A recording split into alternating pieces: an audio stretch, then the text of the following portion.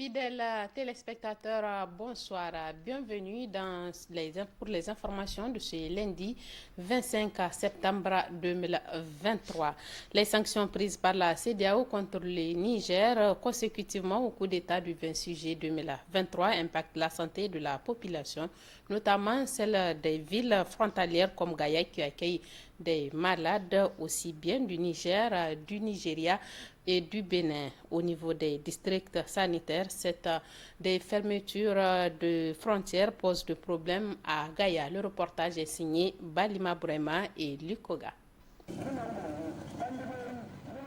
Gaïa, dernière grande ville nigérienne avant le Bénin et le Nigeria, est un carrefour des affaires, mais aussi un mélange de cultures. S'y rencontrent les populations des trois pays. Au niveau du district sanitaire de la ville de Gaïa, les médecins et le personnel de santé accueillent les malades des villes béninoises de Malamville et de Karimama et de celle du Nigeria à Kamba. Selon le médecin-chef du district sanitaire de Gaïa, les malades venant des deux pays frontaliers constituent le tiers des personnes soignées dans son hôpital. Ça constitue 30 à 35% des patients du Niger, du Bénin et du Nigeria. Et depuis l'avènement de cette affaire-là, donc la fréquentation a vraiment diminué. Parce que tous les cas, pratiquement, vous prenez Kamba, ils n'ont pas de bloc opératoire, ils ne font pas de radio, ils ne font pas d'échographie, donc ils viennent ici. Pareil, Malanville, surtout que c'est la césarienne ici chez nous, elle est gratuite, et le tout est gratuit. Donc des fois, c'est des gens de Malanville, mais ils disent qu'ils sont du Niger, bon, la santé n'a pas de frontières. Et avec la fermeture, vraiment, il y a eu une réduction au niveau de la fréquentation. Depuis l'application des sanctions de la communauté économique des États de l'Afrique de l'Ouest, CEDEAO, avec notamment la fermeture des frontières, une diminution a été constatée. Malgré cela, les responsables sanitaires du département ont renforcé leur capacité d'accueil. Donc nous avons fait notre plan de riposte, c'est quoi? Il faut renforcer la pharmacie, il faut renforcer la banque de sang, il faut mettre les ambulances, faire fonctionner les ambulances qui sont en panne, il faut les faire fonctionner. Il faut mettre des ambulances médicalisées au niveau de ces CSI frontaliers parce qu'on ne sait jamais. C'est les deux pays qui sont frontaliers et qui ont été fermés. Donc il faut agir en ce sens. Et il faut pallier aussi au problème de l'électricité parce qu'un hôpital ne peut pas fonctionner sans électricité. Et nous sommes alimentés par les Nigériens avec cette culture-là. Donc il n'y avait pas d'électricité. Donc il faut pallier à cela. Nous avons un groupe électrogène qui était en panne. On a pu le réparer. C'est-à-dire nous avons maintenant deux groupes électrogènes qui alternent. Ce qui permet de soigner les malades à la grande satisfaction des accompagnateurs. Nous n'avons vraiment pas eu de difficultés. Nous avons bénéficié des traitements et nous n'avons pas eu de difficultés. Il y a eu vraiment une évolution positive de la santé de ma fille. Elle va mieux maintenant. Les sanctions prises par les chefs d'État et de gouvernement nuisent à la santé de la population des États. Le Niger n'est pas le seul concerné. Au-delà de Gaïa, selon les pharmaciens du Niger, en presque 2 mois, le stock de sécurité au niveau national en médicaments, notamment essentiels, a été consommé à peu près du tiers. Un meeting de soutien au Conseil national pour la sauvegarde de la patrie a été initié hier dimanche par la population de Maradi qui s'est fortement mobilisée à la tribune officielle. Une façon pour les Maradawa de montrer leur engagement pour la sauvegarde de la patrie. Le reportage est signé Mohamed Alpha sur les images du bureau reportage de Bonferré Maradi. C'est un cortège imposant de ce dimanche 24 septembre 2023 qui a regroupé les leaders coutumiers, religieux, commerçants, syndicats, associations et autres forces vives de la région de Maradi. Pour arriver à la tribune officielle où une foule immense les attend sous l'égide des deux sultans du Kassina et du Gobir qui ont manifesté leur soutien au CNSP. Et ce sont les deux représentants des sultans qui l'ont affirmé devant le public. Au cours de ce rassemblement, une déclaration de soutien au CNSP et au gouvernement de transition a été rendue publique. Les signataires de la déclaration ont condamné les sanctions de la CEDEAO infligées à notre pays tout en exigeant le départ des troupes françaises. Les signataires de la déclaration ont condamné les sanctions de la CEDEAO infligées à notre pays tout en exigeant le départ des troupes françaises sur le sol nigérien. Apporter notre soutien sans faille au CNSP pour la restauration de notre souveraineté bafouée, sans aucune limitation de temps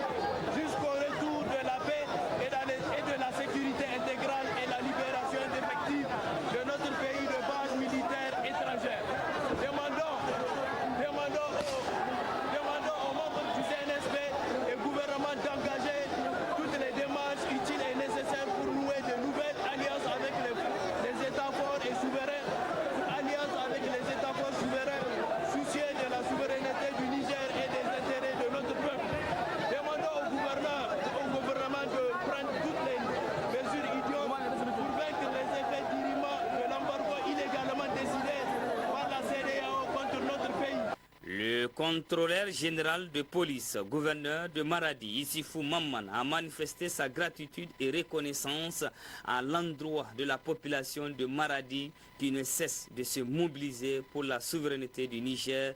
Il a aussi saisi l'occasion pour demander aux Maradawa à plus de courage et d'unité en cette rude épreuve que traverse le Niger. C'est effectivement une preuve palpable qu'à Maradi, l'unité de l'action et l'unité de l'action est possible. Et nous avons œuvré pour qu'ensemble, tous ensemble, on continue le combat parce que c'est ensemble que nous pouvons le gagner. Vous l'avez constaté, la population en tant que telle n'a pas de problème. Les deux ont appelé à la population à sortir, elle est sortie massivement. Quand il s'agit du pays, il va falloir mettre table rase de tout cela, aller ensemble, c'est une action ponctuelle. On l'amène et chacun retourne dans sa structure. Mais l'appel que je vais lancer effectivement à la population de Maradi, à toutes ces organisations, qu'elles soient les sociétés civiles ou les syndicats, c'est qu'on fasse qu'on se rende compte qu'aujourd'hui, sans être unis, nous aurons des difficultés à mener ce combat. C'est ensemble que nous pouvons mener ce combat. C'est ensemble que nous pouvons réussir. Cette sortie des forces vives de Maradi vient prouver la détermination et la persévérance des Maradawa à faire un seul bloc pour l'honneur de la patrie et un Niger prospère. Du côté de la région d'Agadez, le gouverneur de la région a procédé au lancement officiel des épreuves écrites pour le recrutement des élèves de la garde nationale. Le commentaire est signé Moustapha Abdraman Zongoma sur les images de Bonferré Télévision de la région d'Agadez. Ce sont un peu plus de 300 candidats qui passent les épreuves écrites du concours de recrutement des élèves de la garde nationale du Niger au compte de la région d'Agadez. Dans le centre de concours, le gouverneur de la région d'Agadez s'y est rendu pour s'enquérir des conditions du déroulement de ce test. Exactement 292 garçons et 4 filles. Et donc ça, c'est la seconde étape. Le samedi, il y a eu l'épreuve physique qui a consisté à une course de 8 km pour les garçons et de 6 km pour les filles. Sur l'ensemble du territoire national, ce sont 900 éléments qui vont être recrutés en vue d'intégrer le corps de la garde nationale du Niger à la suite d'une formation militaire. Autre aspect de ce journal point de presse cet après-midi du mouvement M62 à son siège. Il s'est agi pour le mouvement de se prononcer sur l'annonce du retrait des troupes françaises du territoire nigérien. Les explications avec Mohamed Alpha et Siraj Mama. Le mouvement M62 de Abdoulaye Seydou s'est réjoui de l'annonce faite hier par le président Emmanuel Macron décidant du retrait de l'ambassadeur français et les troupes françaises sur le sol nigérien. Selon Abdoulaye Seydou, c'est le fruit d'un combat permanent du peuple nigérien depuis plusieurs années. La rupture de toutes les relations d'ordre diplomatique, économique et politique avec la France, c'est-à-dire que le retrait du permis d'exploitation des Imouraren et la redevabilité de ces entités-là qui, aujourd'hui, en ce qui concerne l'exploitation de Cominac et Somaïl, sont arrivées à terme. Parce que ce sont des ressources tarissables, mais qu'elles n'ont pas formé pour raisons économiques, mais c'est une posture qu'elles avaient prise pour se soustraire de la loi, de leurs obligations sociales et en matière donc de RSE. Donc nous estimons que nos autorités, c'est cela l'appel que nous avons lancé, vont prendre des mesures allant dans ce sens, c'est-à-dire la rupture des relations diplomatiques avec la France, jusqu'à ce qu'il y ait des nouvelles autorités françaises qui vont traiter avec notre pays d'égal à égal. Abdoulaye Seydou a lancé un appel aux Nigériens à redoubler d'efforts et multiplier les invocations jusqu'au départ du dernier Français sur le territoire national. Il a aussi demandé d'être vigilant pour ne pas se laisser divertir. Parce que Macron, c'est un président d'abord qui souffre de légitimité en France. Il n'est pas légitime, il n'a pas de gouvernement, il n'a pas de majorité. Donc nous ne pouvons pas traiter avec un président ou un gouvernement qui n'a pas de légitimité. Donc pour nous, la conséquence, elle est très claire et elle est naturelle. Le mouvement M62 s'est dit engagé et plus que jamais uni pour la défense de la souveraineté du peuple nigérien et de faire du Niger un pays digne et émergent. C'est un tour. Suite à l'annonce faite par le président français Emmanuel Macron pour le retour à Paris de l'ambassadeur français au Niger, Sylvain Ité, et le retrait des troupes françaises du sol nigérien d'ici le 1er janvier 2024. Une de nos équipes a fait le tour de la ville de Niamey pour recueillir les avis des citoyens. Anifatou Doulaye et Omar Boukari pour le reportage.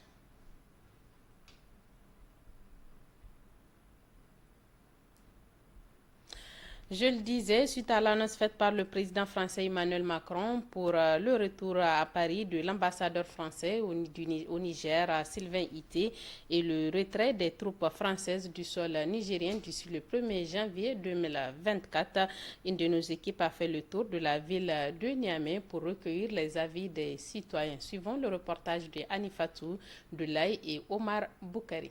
Terminé que des centaines de Nigériens ont investi la place de la résistance, symbole du refus des Nigériens de la présence militaire française au Niger. Emmanuel Macron venait d'annoncer que son ambassadeur Sylvain Ité va regagner Paris et que les forces françaises vont aussi quitter le territoire nigérien. Au-delà de la joie, les occupants du rond-point situé en face de la base française estiment que c'est la lutte qui a payé. Tout à fait, je suis très contente parce qu'on lutte contre. On est en train de lutter contre pour que les armées françaises partent. Jusqu'aujourd'hui que j'ai été annoncée de cette nouvelle. Donc je suis vraiment heureuse. Ils sont obligés de quitter le pays parce que ce n'est pas leur pays natal. C'est notre pays. Ils ne vont plus nous, comment dirais-je, nous manipuler. C'est fini et puis c'est fini. Ils vont quitter. Ce matin, les réactions se sont poursuivies, toujours dans le même élan. Beaucoup de citoyens rencontrés ont déclaré que ça a même duré. Moi, je trouve qu'il a même trop tardé. Le Niger, ce n'est pas la France. Il n'a pas à s'ingérer dans notre politique, encore moins à notre survie. On dit qu'on ne veut pas de la France, donc il est assez grand pour choisir ce qui est bien ou mauvais pour nous. Donc ce qui se passe au Niger, se passe au Niger. Le problème nigérien concerne les Nigériens et non pas la France. Il n'a rien à voir dedans. Qu'il prenne ses clics et ses classes, qu'il s'en aille. C'est une très bonne réaction, je crois bien. Il est temps pour eux de s'en aller. On n'a pas besoin de leur force ici, sur notre territoire. Un État ne peut pas diriger un autre État, ne peut pas, disons, contrôler un autre État. Nous sommes souverains, donc le mieux serait de nous laisser nous diriger nous-mêmes. Les nouvelles autorités du Niger ont dénoncé le 3 août dernier les accords militaires entre les deux pays. Elles ont aussi déclaré l'ambassadeur français persona non grata. C'est qu'a refusé Emmanuel Macron, le président français. Autre aspect de ce journal, publication ce matin des résultats des orientations des élèves du CM2 dans les collèges et les centres d'enseignement technique. Cette publication a été faite avec les travaux de la commission technique des grandes orientations post-CM2. Le compte-rendu est signé Souleymane Ousmane et Omar Boukari. C'est un taux de 78,5% d'orientation des élèves dans les collèges et CET post-CM2 enregistré pour l'édition 2023 par la Commission technique régionale d'orientation scolaire post-CM2 à l'issue de 2 semaines de travaux avec tous les acteurs concernés. Je veux dire qu'on a pu traiter 42 239 dossiers, parmi lesquels on a orienté plus de 78,5%. Et la plupart ont été orientés naturellement au niveau de nos établissements secondaires d'enseignement général, c'est-à-dire en 6e. Mais aussi, il y a une partie qu'on a orientée vers le CET, les CFM, les CPJ ou les EFAC. Les travaux se sont bien déroulés et je crois que nous avons essayé de tenir compte, en tout cas, de tous les critères pour faire ce travail technique-là. Dans la présentation des résultats du rapport d'orientation, la Commission a également formulé des recommandations. Les principales recommandations, il faut que, vous savez, même à Niamey, on a une zone périurbaine où les enfants n'ont pas de pièces d'état civil. Donc, dès l'inscription au CI, les enseignants doivent veiller, quand même les directeurs d'école, à ce que les parents amènent les pièces d'état civil. Et au pire des cas, en classe de CM2, il faut nécessairement que l'enfant ait son acte de naissance, son jugement supplétif. L'autre chose, nous continuons à sensibiliser les parents à accepter d'orienter les enfants trop âgés vers les centres d'enseignement professionnel, puisque les enfants sont censés être pris en charge, en tout cas d'un point de vue de l'obligation scolaire jusqu'à l'âge de 16 ans. Donc nous ne souhaiterions pas retrouver nos enfants dans la rue avant cet âge-là. Sur les 48 239 dossiers enregistrés, on note plus de 22 000 filles, dont plus de 33 000 élèves orientés, plus de 6 600 redoublements et 173 élèves exclus. Les critères d'orientation post-CM2 ont été focalisés sur la note du candidat, l'âge et les pièces d'état civil. Le niveau moyen sera de retour au cours de l'année académique 2023-2024 de l'École supérieure des sciences de la communication et des médias, ESCOM ex-IFTIC. L'objectif est d'avoir assez d'agents d'exécution que d'agents de conception selon les responsables de l'ESCOM. Pas de niveau moyen en journalisme audiovisuel.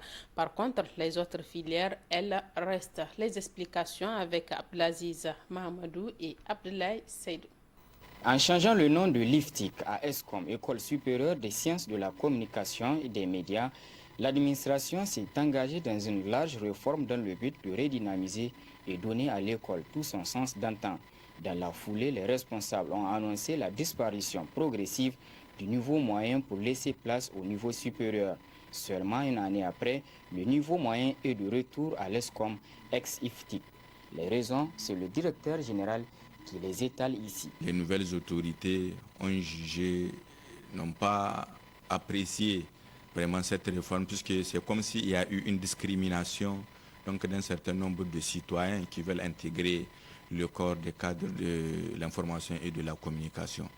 Donc c'est pourquoi ça c'est un aspect. Le deuxième aspect aussi, sans le niveau moyen, on risque d'avoir dans le corps uniquement des cadres supérieurs. Donc cela ne répond pas à la pyramide du corps puisqu'il va falloir, puisque dans le corps il faut qu'il y ait plus des cadres d'exécution que des cadres de conception. Et en allant dans le sens de notre réforme, on risquerait d'avoir uniquement des cadres de conception sans cadre d'exécution.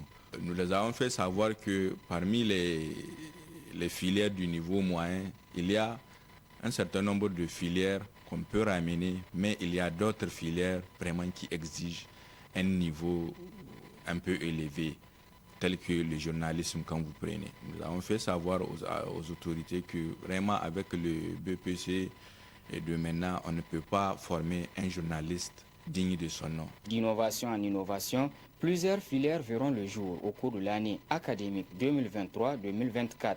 Le directeur général Abdou Mato explique. Vraiment, c'est pourquoi nous avons jugé utile de maintenir l'accès à la formation de la filière journalisme avec au minimum le baccalauréat. Mais pour les autres filières telles que les sciences de l'information documentaire ou bien les technico-artistiques, nous avons jugé utile de ramener le niveau moyen, ils peuvent constituer des cadres d'exécution dans l'équipe du journaliste. Nous avons introduit des nouvelles filières que nous n'avons pas avant. Et au fur et à mesure, nous sommes en train de revoir les curricula et d'élaborer des nouveaux curricula aussi pour d'autres filières qui seront intégrés peut-être à l'année prochaine. Mais pour cette année, nous avons introduit le journalisme reporter d'image dans la filière journalisme et dans la filière communication, nous avons introduit la communication des crises. Donc si vous voyez ces deux filières, vraiment ce sont des filières qui sont d'actualité. L'administration de l'ESCOM a organisé ce week-end à Niamey le test unique d'entrée à l'école au niveau moyen restructuré, niveau supérieur et master. L'entrée en vigueur de ces nouvelles mesures sont très attendues afin de permettre aux professionnels d'apprécier le contenu et le résultat sur le terrain. C'est la fin de ce journal. Merci à vous de nous avoir suivis. Merci à toute l'équipe qui m'a aidé à vous présenter ce journal. Rendez-vous demain à 21h, Inch'Allah, pour d'autres nouvelles informations sur Bonferré Télévision. D'ici là, très bonne réception de nos programmes.